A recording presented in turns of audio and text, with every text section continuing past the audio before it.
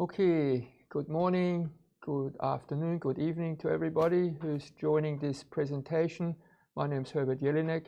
I'm going to talk to you today about biofeedback and how you can find some additional resilience to some of the mental stresses that are currently being experienced by many people in this pandemic of COVID-19.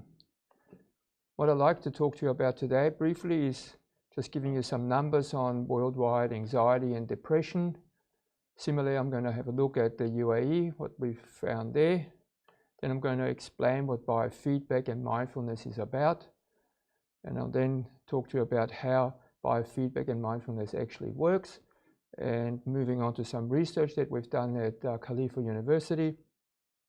And finally, I'm going to suggest some phone apps that you can use for biofeedback and mindfulness and to improve resilience.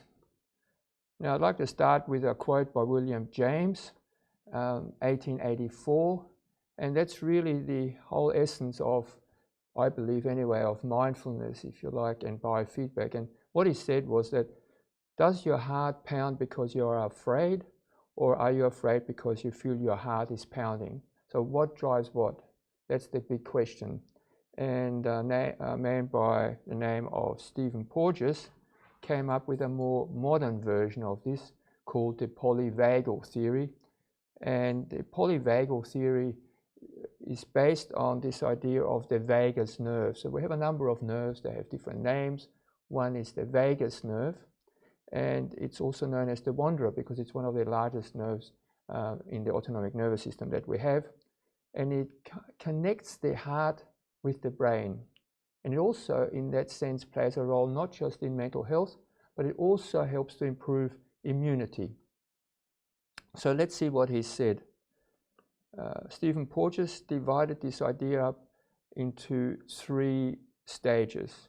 And as you can see here, we have what he called a myelinated vagus, a sympathetic nervous system, and an unmyelinated vagus being associated with 3 stages. So the first one I'll come to in the next slide again is about being able to communicate. You're not stressed. If you do have a little bit of a stress, you can talk to your friends or your family and resolve that stress. If the stress or the situation becomes more aggravated, well, then you turn into a more aggressive type of behavior, which is driven by the sympathetic nervous system, which you probably all know as the fight-flight response.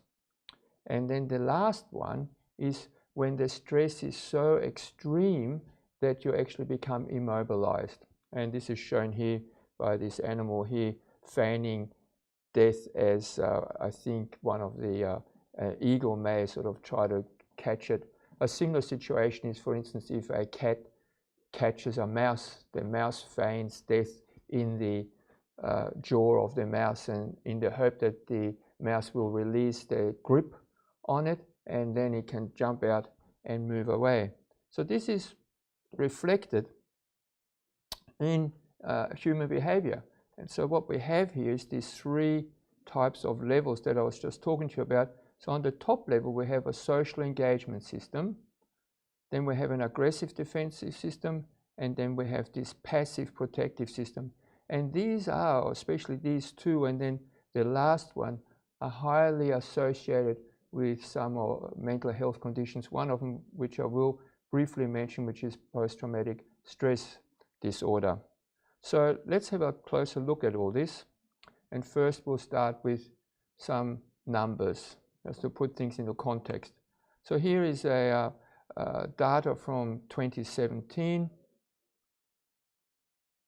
and what you can see here is that when I find it, here we go, mental and substance disorders here are about the 4th or 5th ranked pathology worldwide.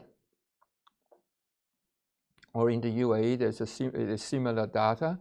If you then add self-harm, which is another 30,000 individuals, you'll end up overtaking just about everything and move mental health to a 2nd or 3rd order in terms of prevalence in the population. So that's fairly high. Now here I've got an interesting piece of data, I thought, and if anybody can help me out here, I'd appreciate it. What I've seen here and what I'm showing here, this is a change of, again, anxiety from 1990 to 2017. And what you can see here is a sudden rise in the prevalence of anxiety, which is around 2006. And I was trying to see, well, what may have caused this rise? And so I've put here a number of options. One is that in 2003 and following from there, we had the SARS outbreak. Much later, we ended up with MERS. But then in 2004, Sheikh Zayed passed away. And then in 2008 and 2009, we had the global financial crisis. Now, that doesn't quite fit in here, but it may well be that what we're seeing are very devastating events that may have then led to an uncertainty in the population and leading to more stress and anxiety in the general population. So when we look at that, then this aspect of mental health in terms of COVID-19, I'm showing this here from the McKinsey report in the United States. We come on this side here on the left-hand side, the blue part here is respondents reporting feeling anxious or depressed in the last week unassociated with COVID-19. And what you see is that most, a third of the respondents not doing too bad, they're not anxious, they're not depressed. And we divide this up into all respondents, and then we're just looking at those with job reduction or job loss, which again has occurred quite substantially in the or during the pandemic. Anxious people are roughly at around the 20-odd%. When you look at these respondents in relation to COVID-19, moderate distress or moderate stress is found in 50%. If you take minimal distress to that, it ends up being 70%, which is about 3 times as much as if you're leaving the COVID-19 out. So again, you can see here, job reduction loss, population, versus all respondents has actually not much of a difference. And that's, again, an important point, because it's not just those that are affected directly by COVID-19, but the general population seems to be, if I could say that, under some type of stress. And this then is also shown by many more people reporting illicit drug use or increased use of alcohol, depending on where they are and their cultural background. Now, let's have a look then what's been done about mental health in the area of COVID-19. And this is an excerpt from the EPPI Centre data from University of College, London. What we can see here is mental health here on the right-hand side, practically nothing being done if you compare it to case reports. So lots of people reporting cases of this, that, and the other associated with COVID-19, but certainly not much happening in mental health. And this was data from the 16th of June 2020. So this brought about an article in the Lancet Psychiatry 2020, which is a fairly well-known medical journal. And the question is, what can we do? A call to action to look at some ways of dealing with mental health. And they've come up with these immediate type of responses that we can look into now, and also for future pandemics. This was written by Holmes here in 2020. Now, the first one I've highlighted, mechanisms, coping strategies, and preventative interventions. And this is basically what I'm going to be talking about. But also, interventions can be delivered under pandemic conditions to reduce mental health issues. So what can I do under these conditions? And one important factor is that if you need, for instance, in the health workforce, if you need to deal with people with COVID-19, you need protective mechanisms. to avoid being infected with COVID-19. And similarly, you want to also have an intervention that can be used by the general public. So then they also recommend solutions to the effect of repeated media consumption. So I know many people are very stressed because every day on the news, all they hear about is the numbers escalating in terms of the number of infections and the number of deaths that are associated with COVID-19. Again, things that can be done is to ensure authoritative sources of information are included, preventing overexposure, which I've just mentioned, and then again, methods of promoting more successful adherence to behavioral advice about COVID-19. And this is again where I'm suggesting that mindfulness and biofeedback may well be appropriate, because if you're totally stressed and anxious, if you're going to adhere to some of the advice that's given to you by governments and health authorities, doesn't seem to sort of always follow. So what can be done? My suggestion is biofeedback and mindfulness. I want to talk a little bit about this. And first of all, I just want to remind you here that when we have a certain pattern of breathing, our breathing pattern and our heart rate kind of gets together. It's called coherence. And this information is transmitted to the lower part of the, if you like, central nervous system, the brainstem. And from there, via a number of pathways, travels up to higher brain areas, including the cortex here, prefrontal cortex, and also to an area called the amygdala, which we know is one of the main drivers of stress and anxiety. And so the idea of mindfulness and biofeedback is, how can I play a role in mitigating the stress and anxiety that is largely driven by this amygdala. Okay, so one way that we can look at this is through what's known as heart rate variability. How does heart rate variability relate to disease is what I'm going to be first of all addressing. And let me then just tell you what heart rate variability is. Heart rate variability is the change in the interval between each beat of your heart. So the beat is never the same distance, right, or time apart. And the reason for this variability is because it gives you more stability. You're able to respond to stresses more effectively. And this is a good example would be a skyscraper. And if you build a skyscraper really rigid, you get a strong burst of wind, the skyscraper will fall over, and that's the end of that. But if you build a skyscraper that has some sway included in it, it can move with the wind and stay upright. Now, this is the same idea here with heart rate variability. Let me show you something that is again very familiar to many of you, which is the association of heart rate variability with diabetes. So my tenet is that heart rate variability, a higher heart rate variability, is better for health. And so when you look at this now, you can see that we've got this subject here, 59-year-old person, healthy, and you can see that the heart rate changes quite a bit. And when we analyze this, we can see this, blue and yellowish peak quite high.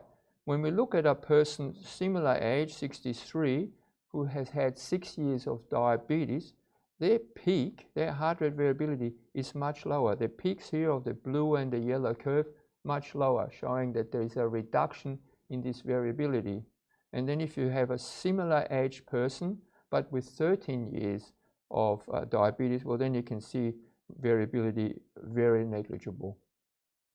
And just let me remind you again, this heart rate variability, if you think that it's going to be connected to the central nervous system, will affect your way that you perceive the world, the impact that the world has upon you, and more importantly also that you're going to affect your immune function as well. Now, in major depressive disorder, we've done some work quite some time ago where we've shown, for instance, in a cohort of a major depressive disorder patients, who were medication free, that the heart rate variability actually decreased. So here we have controls, and when we look at major depressive disorder without anxiety, it's lower. And then if we go to major depressive disorder with general anxiety disorder, it's lower again. So in some mental health situations, or in depression, for instance, heart rate variability is depressed, is lower. So this then leads us to say, well, what would happen if we increased heart rate variability? How can we do this? Well, again, my tenet is we can use biofeedback to some extent to do that. We also just recently published a paper, myself and Dr. Khandoka, where we showed that suicidal tendencies also affect heart rate variability. Heart rate variability is shown here on the x-axis. It's shown here as entropy, which means disorder. So the more disorder you have, the more variability, in fact, you have.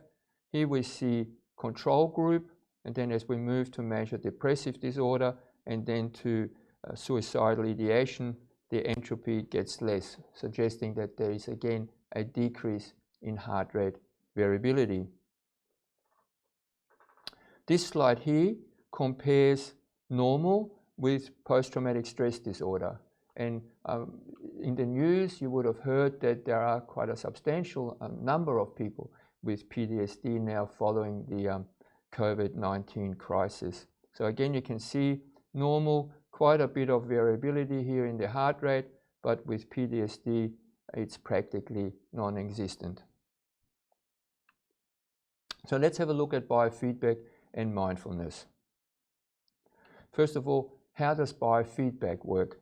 Well, this here shows you a diagram where I have a biofeedback device. So a device that, for instance, measures my pulse on my finger or my heart rate, or it can also measure temperature or sweating.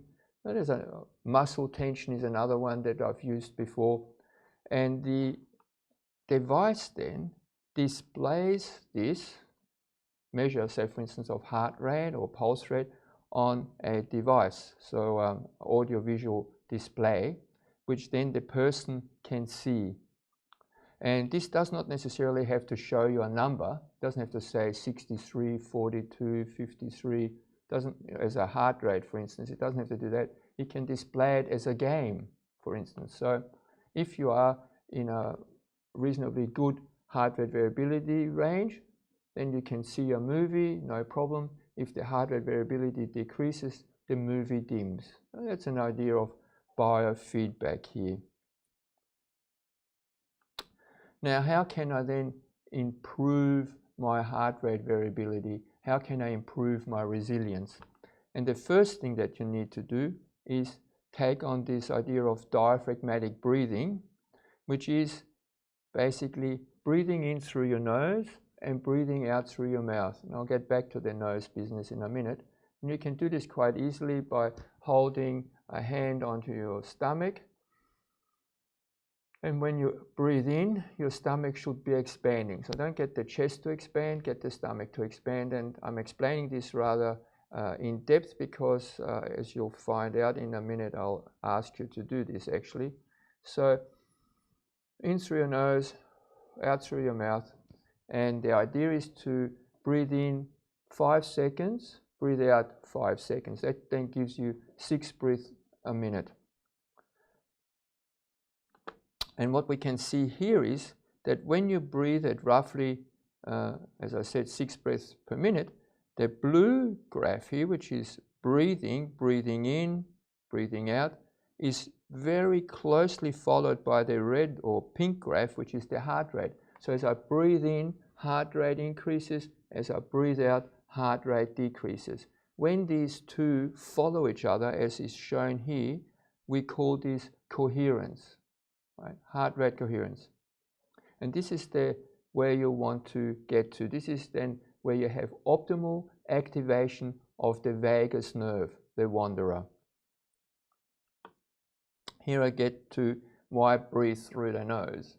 Okay, so lots of yogis, lots of people that do meditation already know this. And here I show a scientific research where they've shown that in 3 areas of the brain that are associated with anxiety and stress, being the prefrontal cortex, the amygdala, and the hippocampus, all of these show an increase in activity when I breathe through the nose, and there's nothing happening when I breathe through the mouth. And in fact, what I want to do is I want to activate, for instance, the medial prefrontal cortex, because it will then play a role in diminishing the effectiveness of the amygdala. So this very important, breathing in through the nose. Now I just want to show you here a typical session. Let's see if I get it going. But if not, oh, here we go. Let me find the button. This then shows you a session for biofeedback.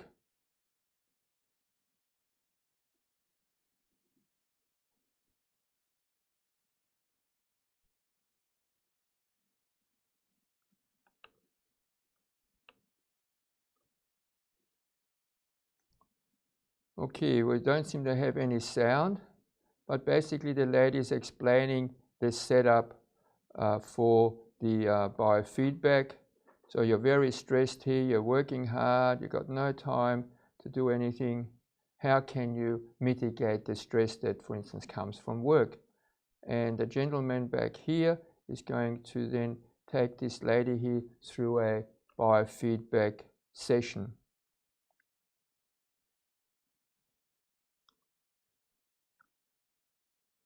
So what you can see here is that she's hooked up on the fingers with basically, in this case, pulse and for instance, temperature or sweating. And she's watching the screen. And by changing her breathing pattern,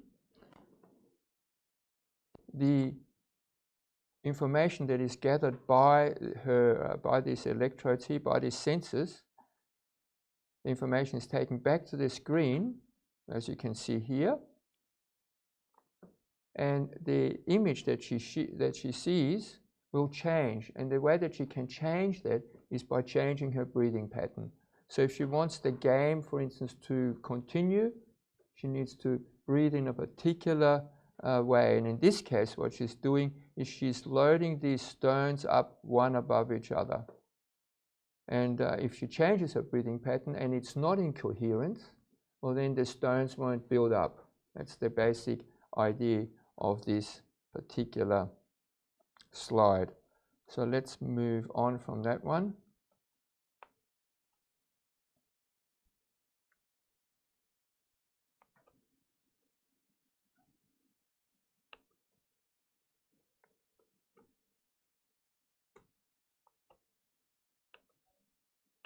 Just bear with me while I press every button that I can find here. Just bear with me for a minute. There we go. Mindfulness and resilience. So what we can do here in terms of using mindfulness is that we can address things like anxiety, hyperactivity, impulsivity, anger, depression, diabetes, hypertension. And you can combine biofeedback often with medication, psychotherapy, EEG biofeedback, and I believe there's certainly no side effects that have been reported using biofeedback. And so here in big writing, I ask you now to try this. So just try this breathing pattern that I've suggested to you. You breathe in for 5 seconds. For instance, you go 1, 2, 3, 4, 5. Breathing out 2, 3, 4, 5. And just keep doing that. Breathe through the nose and make sure that it's going down into your belly, and hopefully you'll find some effect at the end of this lecture or presentation.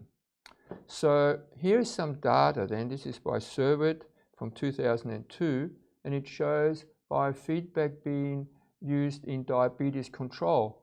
And what you see here is a follow-up, so up to 12 months after the initial recording here of the HbA1c, which is basically a long-term measure of blood glucose levels. What you can see is that the biofeedback group has a continuous decrease in the HbA1c to practically normal levels, so much more better levels in terms of HbA1c than what we would see by education only, where in fact over a long period of time the HbA1c level climbs up again. Okay, now we can also look at post-traumatic stress disorder, and we did this some time ago with a number of people from the first responder group and various other people that have been in very traumatic situations. Post-traumatic stress disorder is characterized by intrusive thoughts, nightmares, flashbacks, avoidance of trauma-related stimuli, fear, anger, disgust, and sadness, hypervigilance and dissociation, and alterations in memory and executive functions. So this dissociation is this idea where you just stay still or you don't go out, and it's sort of similar to this immobility that I've shown you at the very beginning of the presentation. And it can be very disabling. And so, for instance, there was a patient that we had some time ago who was in a very traumatic situation, and there was some mobile phone use. So when this patient goes out into the street, they ended up having flashbacks because lots of people are using their mobile phones on the street. So as soon as the mobile phone goes off, this person would freeze. And so we then also did some mindfulness and biofeedback training, neurofeedback training that actually helped this person to deal with some of the after effects of her traumatic experience. But today I want to show you something slightly different. I'll just skip over this one. And what we in fact did is we did this mindfulness training, which was basically just about acknowledging your stress, naming the stress, and then doing this mindful breathing, resonant breathing frequency. And they were asked to do this for 7 days, the participants. And what we can see here is that using this particular questionnaire, it's called the DAS-21, we can see that depression, anxiety, and stress all decreased over this 7-day period. And there were some very severe cases, may I add, and you can imagine that if you're a police officer, which we had, who'd been involved in traffic accidents, we had someone from the armed forces who was, for instance, in Afghanistan and in East Timor, and we showed overall that these people ended up having improvement after 1 week. Now this is a game. It's distributed by a company called Hard Maths, and you can do a number of things there. You can do this paced breathing, so it shows you a elevator on the screen where it says, okay, breathe in and breathe out, and you just follow that. Or it has this game called a balloon game here, where you try to breathe at a particular frequency, and then if you're doing that correctly after having set your breathing frequency, if you do that correctly, it measures your heart rate, and if they are in coherence, the balloon will rise and will then travel along the landscape here. And what we've shown is, this is a one trial only, and what we can see here is for the change in the heart rate variability here, if you like, we can see that compared to the compared to post-breathing heart rate variability, we see a slight increase here in this middle gray histogram here, right?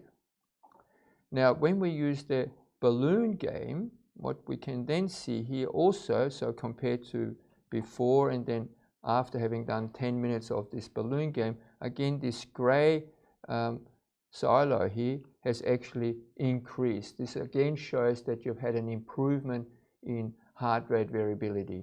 And if you do this over a number of days or weeks, many of the patients that we've had actually reported some improvement in their, lowering of their anxiety and stress. There were other effects that it had. It improved sleep quality. It also showed an improvement in pain. So we had one person with chronic pain, and the pain levels decreased to such an extent where they stopped taking their pain medication, for instance. Okay, so this is then or will be published at this conference in Europe. Then we did what we call neurofeedback. So in this case, we're recording brain waves, and one of our students here, Khalifa University, Herbert, helped us out here, and he did this experiment where we put this neurosky here on a person's head, and the brain waves are recorded here at the front of the head.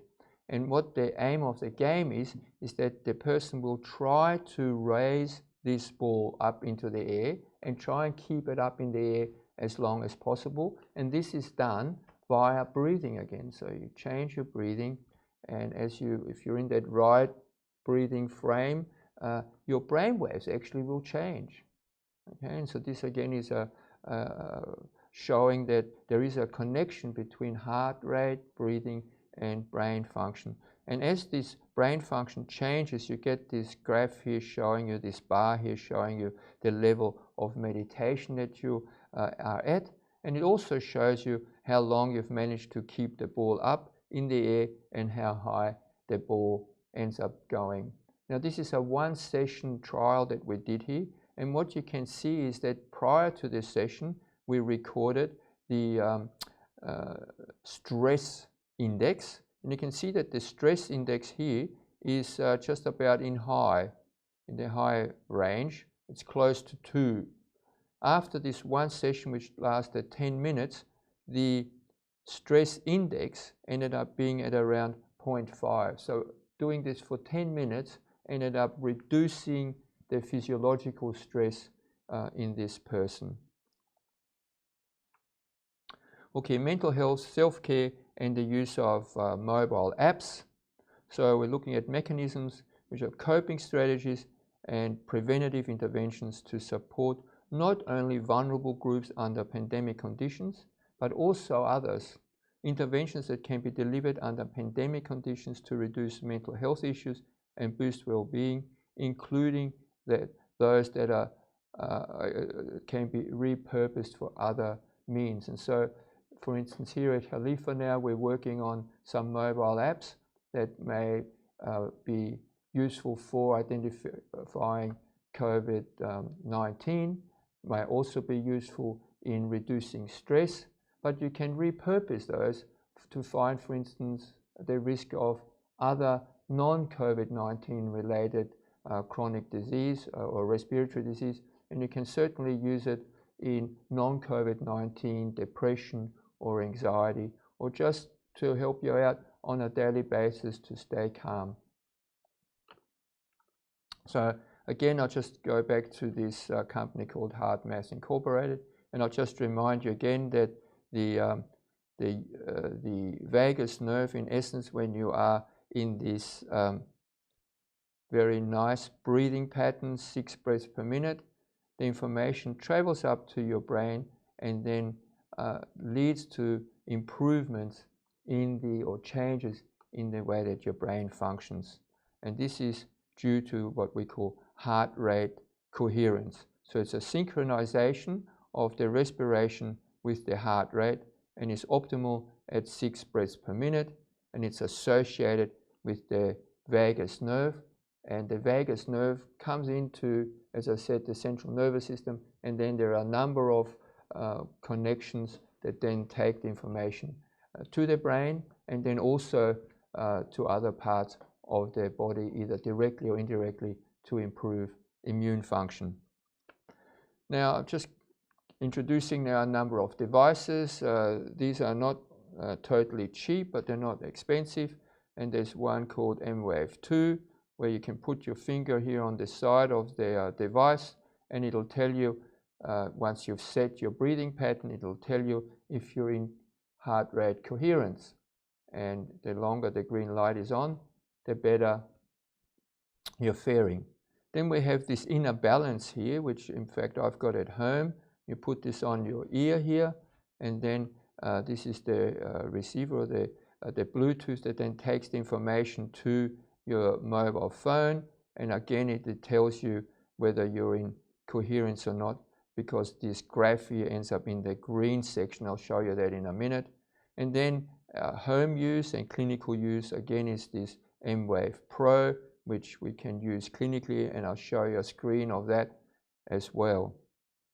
So some of the fun things about HeartMath is that you can shoot your data up into Heart Cloud, and you can then keep a track of your sessions, how well you've done, what points you've achieved in the game, and you can compare yourself to other people around the planet, you know, and how long and how often they do this and what sort of scores they get.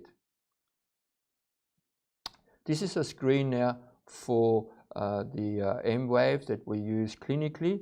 You can see here we get the heart rate rhythm showing, and here we get the coherence showing, which is if you're in the green, you're in high coherence, blue is middle, moderate coherence, and red is practically no coherence at all.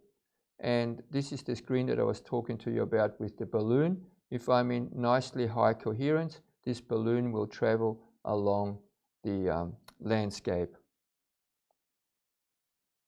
Now here we go, just move past this. Now benefits, what are some of the findings that we've found? So we can see, for instance, that focus, 24% of people in the study showed an improvement in focus, 30% had an improvement in sleep, 38% were calmer, 46% reported a drop in anxiety, 48% showed a decrease in fatigue, and 56% showed a decrease in depression. Now I have to say, although this is correct, you have to take into consideration that the time is very important. So how long are you doing it per day? So recommendations vary between 5 and 20 minutes, once a day to twice a day. I personally usually do it either 10 or 20 minutes in the morning. That seems to sort of work well for me. And sometimes you feel really just about an immediate effect, and a long-term effect certainly once you've done this for you need to do this for 1 or 2 weeks before you can see any long-term benefits occurring.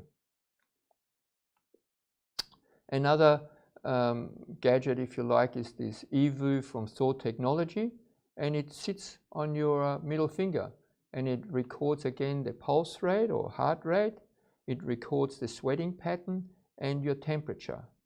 And again, it'll show you, you can tell it, okay, I want to breathe at 6 breaths per minute, and then it'll show you your coherence in terms of either heart rate or whether the temperature increases or whether your sweating pattern decreases. And so you can follow through, because those physiological signs tend to correlate well with how your mental activity is faring. Okay, now this, I think my last slide here is just showing you 3 examples of phone apps that are either free or cost you 20 dirham. And the first one here is called Elite Heart Rate Variability. I like this one because it kind of shows you this readiness for the day. So that's what I do. And you do need a Bluetooth recorder, and but again, it gives you a baseline for 2 minutes, and then another 2 minutes of recording, and then it'll show you your readiness, and it then gives you a summary over the week and over the month. And I find that quite, again, challenging if nothing else. Another favorite of mine is called Heart Rate Pro. That's even easier to use because in this case, all you do is you put your finger at the back of the phone on the camera, and you then end up getting this heart rate shown here. And this curve here gives you, again, the level of coherence. And you follow this here. This is the breathing pattern. So breathing in, breathing out, breathing in, breathing out.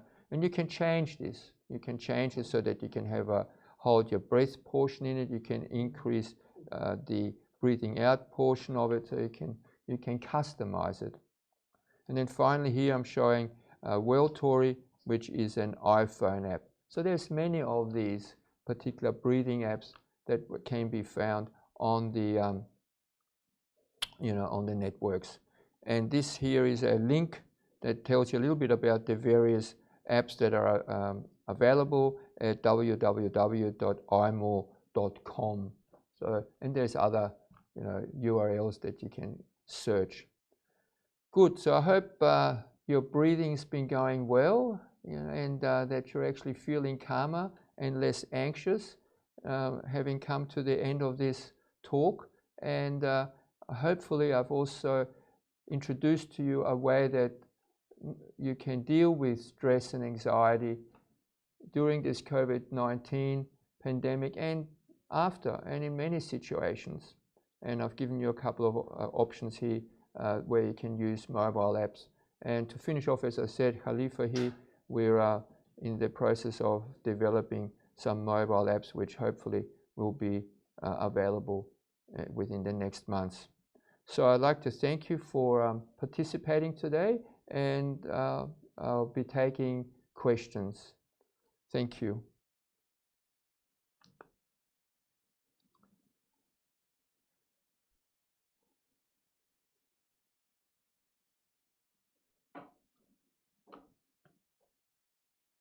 I'm finished.